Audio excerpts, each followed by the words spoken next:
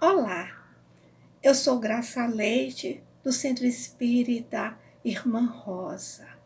Vamos dar seguimento ao nosso estudo do Evangelho, hoje abordando o tema A Porta Estreita, que se encontra no capítulo 18, no item 5 do Evangelho segundo o Espiritismo. Recomendo ter próximo um copo ou uma jarra com água para que ela seja fluidificada na prece final. Seria também importante ter em mãos o Evangelho segundo o Espiritismo para acompanhar as nossas reflexões. Eu escolhi como mensagem inicial o capítulo 20 do livro Vinha de Luz. É uma psicografia de Chico Xavier, ditada pelo Espírito Emmanuel. Nós vamos ler. Esforçai-vos por entrar pela porta estreita, porque eu vos digo que muitos procurarão entrar e não poderão. Está em Lucas, no capítulo 13, no versículo 24. Vamos observar as observações, as orientações do benfeitor Emmanuel.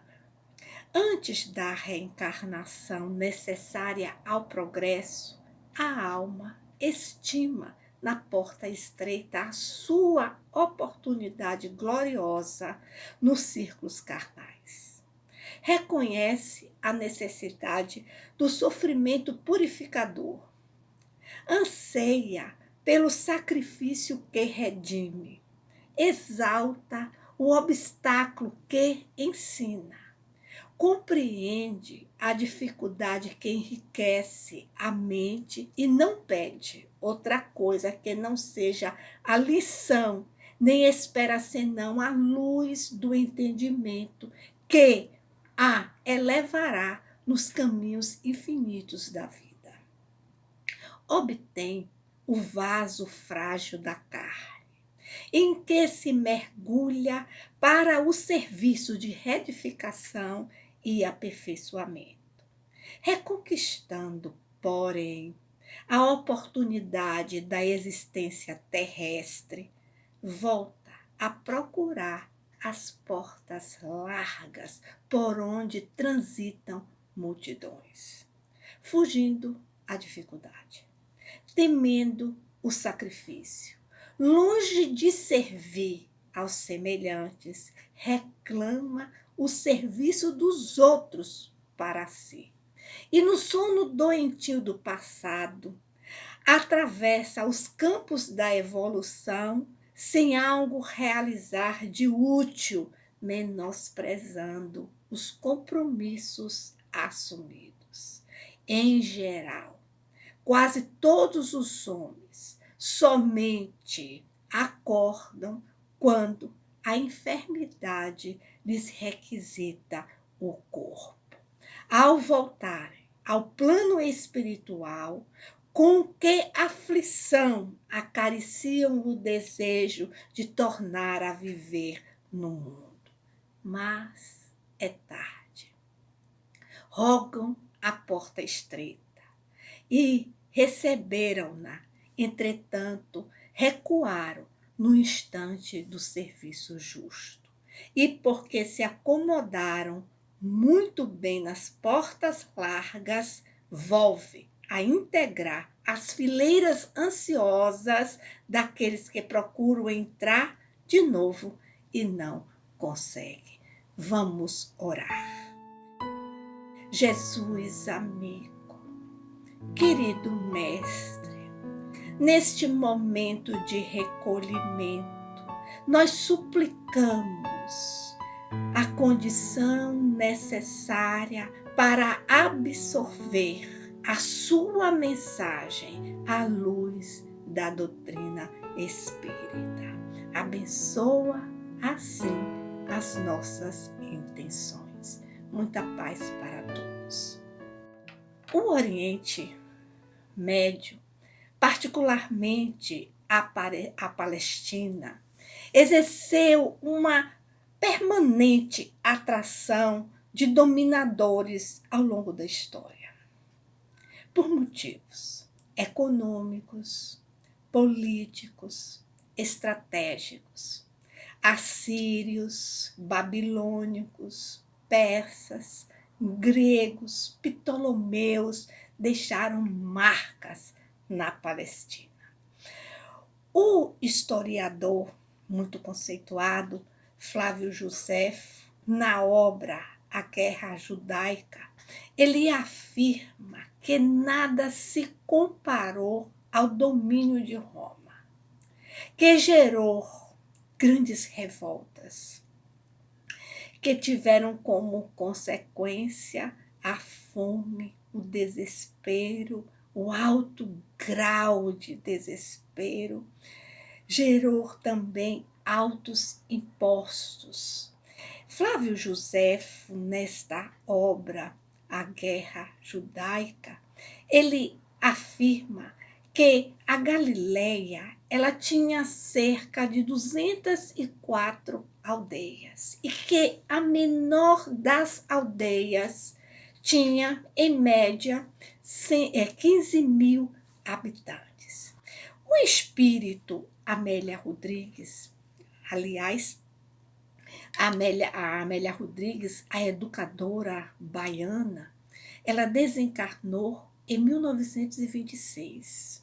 43 anos depois do seu desencarne, em 69, chega às nossas mãos a obra Primícias do Rei, através da mediunidade de Divaldo Franco.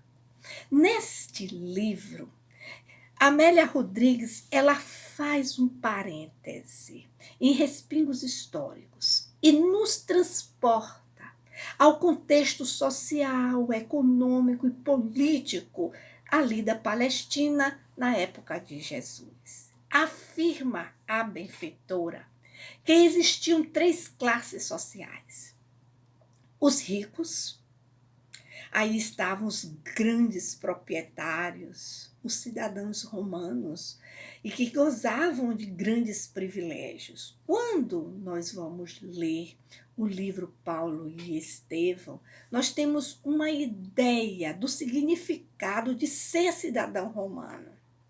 Cita aqui a aristocracia leiga e a aristocracia sacerdotal.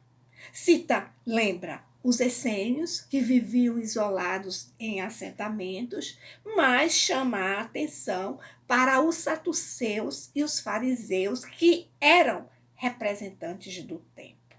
Nesta classe social imperava o orgulho, a vaidade, o egoísmo, a corrupção, o preconceito. A segunda classe social era constituída pelos homens da terra, os remediados, que nada mais era do que o resultado da fusão de mendigos, de pequenos proprietários, de trabalhadores braçais, artesãos, tecelões, agricultores, pequenos agricultores, os pescadores. Estes eram os remediados. Não tinham qualquer espécie de direito. Era odiado pela classe dominante. Eram comparados, ou são comparados por alguns historiadores, com os 100 trabalhos de Roma. Só que em Roma eles recebiam pão distribuído pelo imperador e tinham direito, assim, ao circo. Aqui, nesta classe, conforme os historiadores, estavam os escravos. Havia 2 espécies de escravos. Aqueles que eram judeus, que, na verdade, eles pagavam dívida através do trabalho braçal, era o trabalhador escravo. E tinha também o escravo que não era judeu e que era, na verdade, uma propriedade. A terceira classe, os miseráveis, segundo a benfeitora Amélia Rodrigues. Sabemos que, para os hebreus, a doença era um castigo de Deus. O indivíduo portador de uma limitação física ou doente, ele era excluído da sociedade. O seu nome era retirado do livro dos vivos. Era por esta razão que Jesus, quando curava, orientava que eles fossem procurar os sacerdotes para o seu nome ser novamente colocado no livro dos vivos.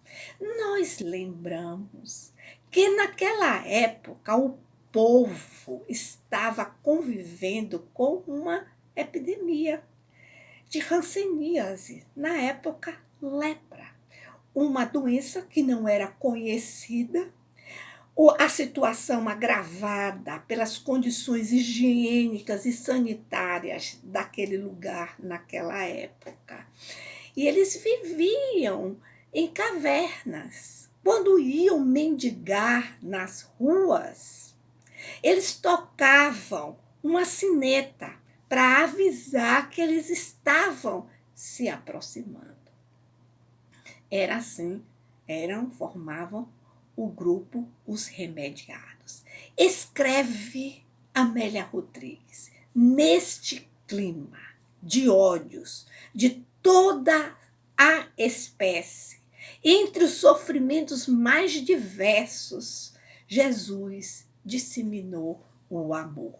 Eu diria que foi neste clima, aí na Galileia, que em um monte que ficava entre a cidade de Cafarnaum e a cidade de Genezaré, que Jesus proferiu o Sermão da Montanha.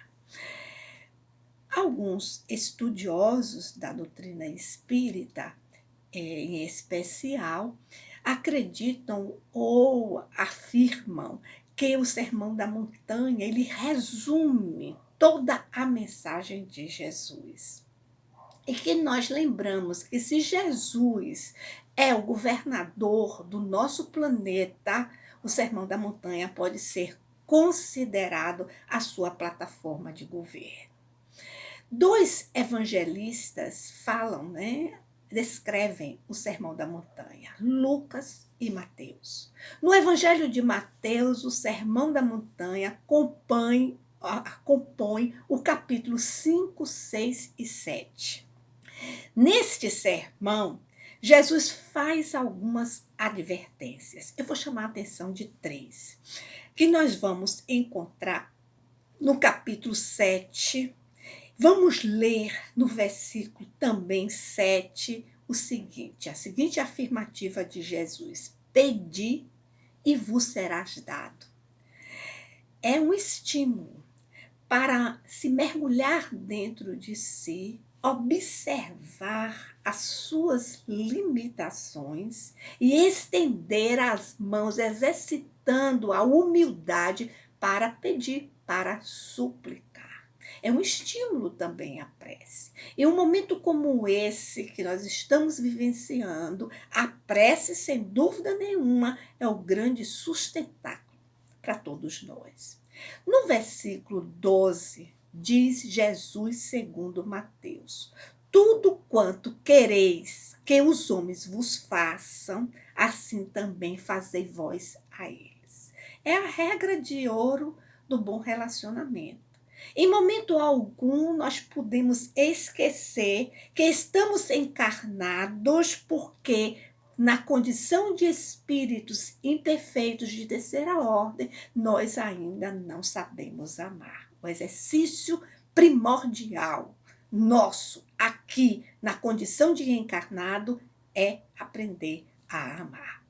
No versículo seguinte, o 13, diz então Jesus, segundo Mateus: entrai pela porta estreita, porque larga é a porta e espaçoso é o caminho que conduz à destruição. Eu sempre chamo a atenção que a linguagem dos textos evangélicos é uma linguagem muito simbólica. Há uma necessidade de uma reflexão profunda para compreender, inclusive, os textos. Aqui, Mateus é um judeu que falou para judeus. Em primeiro lugar, a ênfase do Evangelho de Mateus seria os sermões. Aqui a palavra porta para os hebreus tinha um significado simbólico muito grande. Porta é um lugar de passagem, de uma condição para uma nova condição, de um lugar para um novo lugar, de um mundo para um novo mundo. Daí a expressão portal da igreja. Né? Então, eu lembro que a palavra porta na Bíblia é citada 368 vezes. 368 vezes. Bom, como interpretar o pensamento de Jesus quando ele nos fala que a porta estreita é a porta da salvação e a porta larga é a porta da destruição? Entendemos salvação como uma condição de espírito bem-aventurado, de espírito puro. Nós estamos aqui com um sentido que seria atingir a condição de espírito bem-aventurado.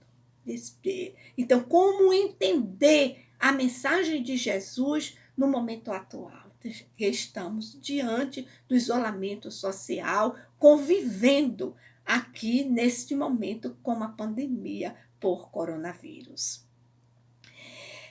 Nós lembramos que Allan Kardec, ele em uma linguagem muito lógica, racional, simples, adequada à nossa condição espiritual, ele traduz o pensamento do mestre, dizendo assim no capítulo 18, no item 5.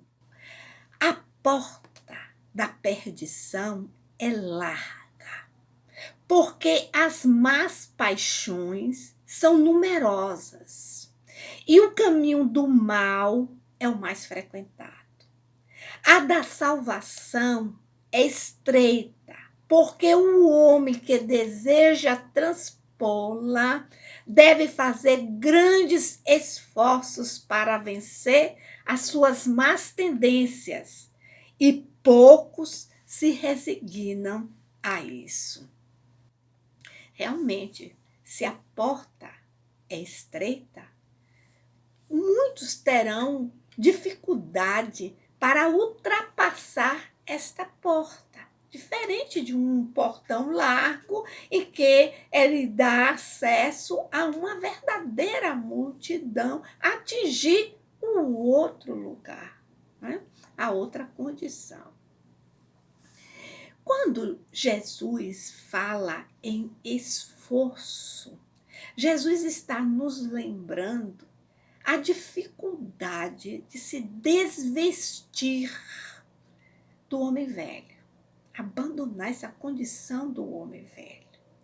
Aquele que carrega nas costas, em diversas existências corporais, o orgulho, a vaidade, o egoísmo, o ciúme.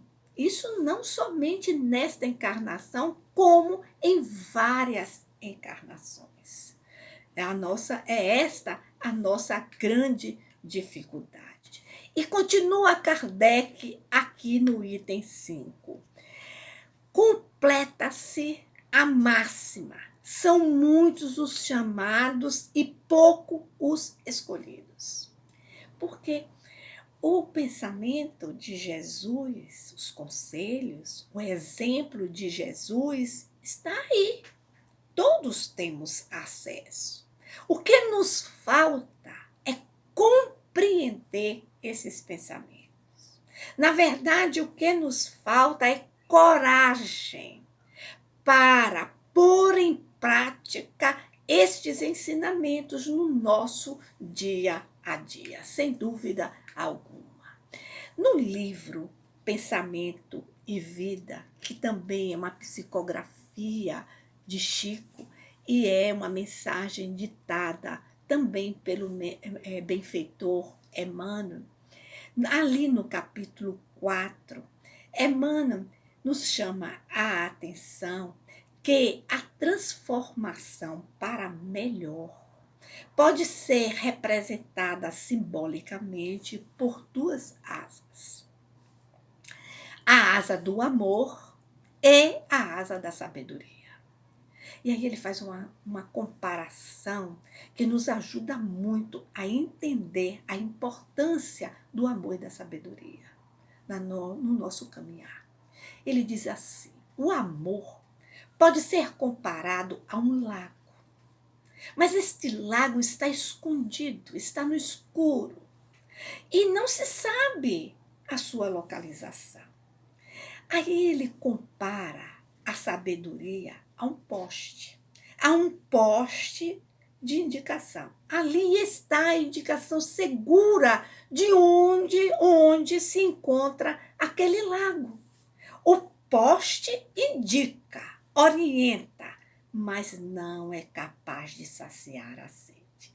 Então, se faz necessário aqui o amor e a sabedoria nessa nossa jornada evolutiva. Aqui também, neste momento, eu lembro-me do portador da Covid-19, doente. Ele necessita de um tratamento adequado? Claro, ele necessita de um planejamento de cuidados adequados, ele necessita da tecnologia, ele necessita de aparelhos, claro que sim, das pesquisas, claro que sim. Mas observe, ele está com muitos profissionais ao seu redor. Esses profissionais estão usando equipamento de proteção individual, o gorro, a máscara, o óculos de proteção, o protetor facial, o capote, as luvas, o propé. Na verdade, o profissional está completamente irreconhecível.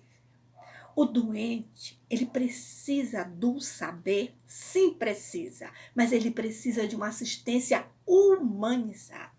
Ele precisa ser ouvido. Ele precisa de notícias dos seus, que ele está afastado. Ele precisa dar notícias de si mesmo para os seus familiares. É uma assistência humanizada, o amor e a sabedoria. É claro que neste momento eu estou aqui falando de transformação. Eu estou aqui falando de reforma íntima e que o ponto inicial é o conheça-te a ti mesmo. E quando falamos neste assunto, logo nos lembramos de um diálogo, um bate-papo entre Allan Kardec e Santo Agostinho, que está justamente na questão 919 e 919A do Livro dos Espíritos. Kardec, ele pergunta assim: qual o meio mais prático de se melhorar-se? E Santo Agostinho responde: um sábio da antiguidade já disse: conhece-te a ti mesmo. E na questão seguinte, na 919A, Santo Agostinho, ele empresta da sua experiência pessoal quando eu estava encarnado. Todas as noites eu fazia uma reflexão, eu fazia uma meditação de como eu havia me comportado. Será que eu faltei com algum dever? Será que alguém tem algum motivo de se queixar de mim? Vamos trazer isso para o nosso momento. Fazendo uma reflexão, eu posso perceber que aquele vestido que eu comprei, que representava um terço do meu salário, está no guarda-roupa. Eu não tenho condição de usar, porque estou em isolamento. Aí lembro-me das bolsas, dos sapatos. Eu lembro-me do desnecessário que eu tenho no guarda-roupa e no armário, na minha despensa. Eu lembro daquela viagem cujas prestações estão pesando neste momento. É bem verdade que muitos podem viajar, e viajar é cultura. Eu lembro-me também daquele desentendimento com o meu colega de trabalho. Aí, ao fazer uma reflexão, eu percebo que quem não tinha razão era eu, que o motivo era o ciúme. Eu lembro que o cargo que eu ocupo significou a demissão de uma outra pessoa. Eu descubro, nesta minha reflexão, que o meu desentendimento com o meu vizinho é porque eu quero ouvir música, eu quero estar alegre, então eu coloco a música alta. Só que o meu vizinho, aí eu me lembro, ele é professor. Ele precisa gravar suas aulas, porque ele precisa sustentar a sua família. É claro que todas essas situações citadas, elas têm como retornar, né? Há como modificar. E eu vou também compreendendo as minhas mazelas. E vou tendo também a oportunidade de cultivar novos laços de amizade. Aí eu compreendo a família que Jesus me apresentou, que é a família universal. Mas também nesta minha reflexão, eu descubro que sei inovar para sobreviver. Eu descubro que eu sei costurar, que posso costurar máscaras, posso inclusive trocar estas máscaras por quilo de alimentos e estes alimentos serem distribuídos aos mais carentes.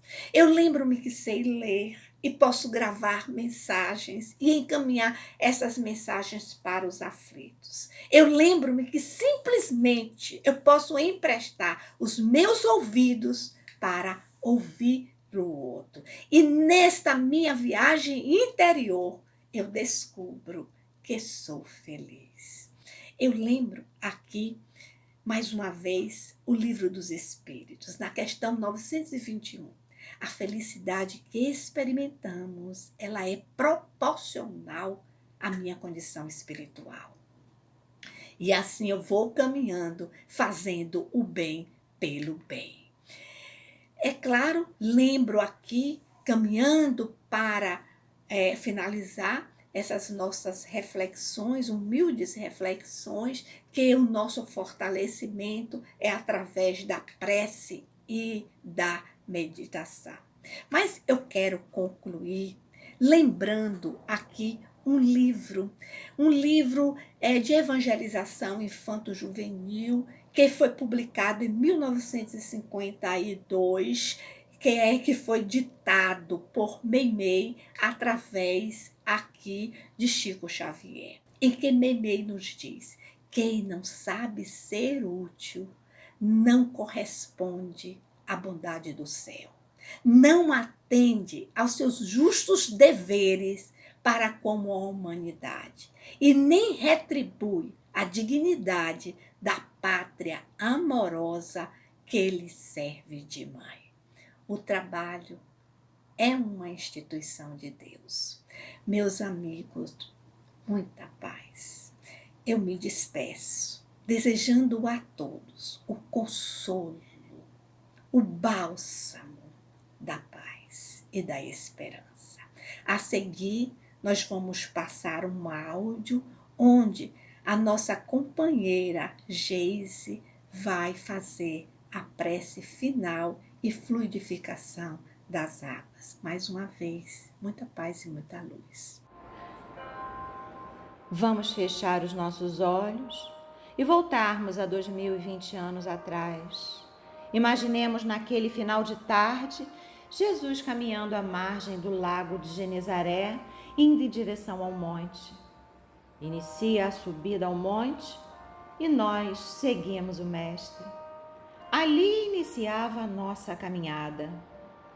Jesus continua a subir, senta sobre uma rocha, demonstrando serenidade, equilíbrio, e fala para cada um de nós: Pai nosso, Pai de todos nós, Pai de justiça, misericórdia, bondade de amor, te rogamos, cuida do nosso planeta, que está em processo de transformação.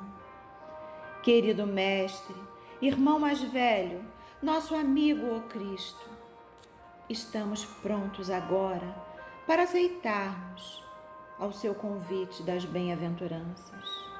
Já reconhecemos que choramos, sofremos e sentimos dor, e te pedimos força, ó Mestre, para caminharmos junto a ti e nos tornarmos homens prudentes, como o Senhor nos disse no final do Sermão do Monte, que todo aquele que ouve e as praticam as minhas palavras são considerados homens prudentes, porque construíram a sua casa sobre a rocha, e quando chegarem as chuvas, os ventos e as tempestades, a nossa casa íntima, não irá desmoronar, porque em ti estamos fortalecidos.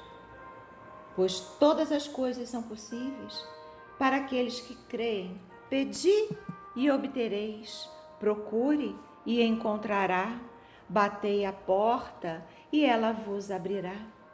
Porque reconhecemos em ti o nosso Mestre, o nosso Pastor, e estamos convencidos de que não ficará nenhuma ovelha perdida, porque o Senhor é o nosso Pastor e nada nos faltará. Que tenhamos a vontade, nesse momento, de estarmos unidos em pensamento, convencidos de que estamos todos juntos de ti, em uníssono, pedindo por essa casa planetária, a Terra, a nossa escola, o nosso hospital de almas. E o Senhor nos disse que quando estivesse 2 ou mais reunidos em seu nome, que o Senhor, o nosso Mestre, se faria presente. E nós te sentimos agora, ó Mestre, tocando em nossa alma. E pedimos com o nosso melhor sentimento de amor. Cuida dos profissionais que agora se fazem necessários para a manutenção de vidas, o que estão em hospitais, na segurança, na assistência básica para a nossa manutenção, querido Mestre. Estamos envolvendo a todos que se encontram em abrigos, asilos, orfanatos, hospitais, manicômios, presídios, nas ruas, que as nossas vibrações de amor, paz, de bem-aventuranças possa penetrar em cada alma, assim como sentimos penetrar nesse momento em cada um de nós. Ó Mestre, estamos prontos para sermos um instrumento da vossa paz, prontos para perdoar, estarmos juntos, trabalhar a nossa fé, conhecer sobre as verdades celestes, prontos para levar esperança, vivenciando nesse momento a alegria, a leveza, o amor, com a certeza de que tudo passa, estando fortalecidos para fazermos a parte que nos cabe, compreendendo que o seu convite das bem-aventuranças é uma promessa. Bem-aventurados os que têm fome e sede de justiça, porque serão fartos. Porque neste momento atual de pandemia que assola o mundo, que a nossa fome e sede de justiça seja por pensar na coletividade, ficando nesse momento dentro fisicamente do nosso lar e fechado no fundo de nós mesmos, no nosso quarto íntimo, e orar pela paz, pela saúde, pela misericórdia, porque bem-aventurados os misericordiosos, porque terão a misericórdia. Continuando envoltos nessa união com o nosso Mestre, te rogamos, médico de nossas almas, que o Senhor se faça presente em cada lar, fluidificando a água, colocando os elementos necessários para melhor vivermos nesse momento em que precisamos nos fortalecer. E fortalecidos agora estamos, ó Mestre, e assim podemos dizer: muito obrigada ao Pai do céu pela sua bondade infinita. Obrigada ao nosso irmão mais velho, o Cristo, aos nossos benfeitores espirituais, anjo da guarda. Muita paz, esperança, serenidade e amor para todos.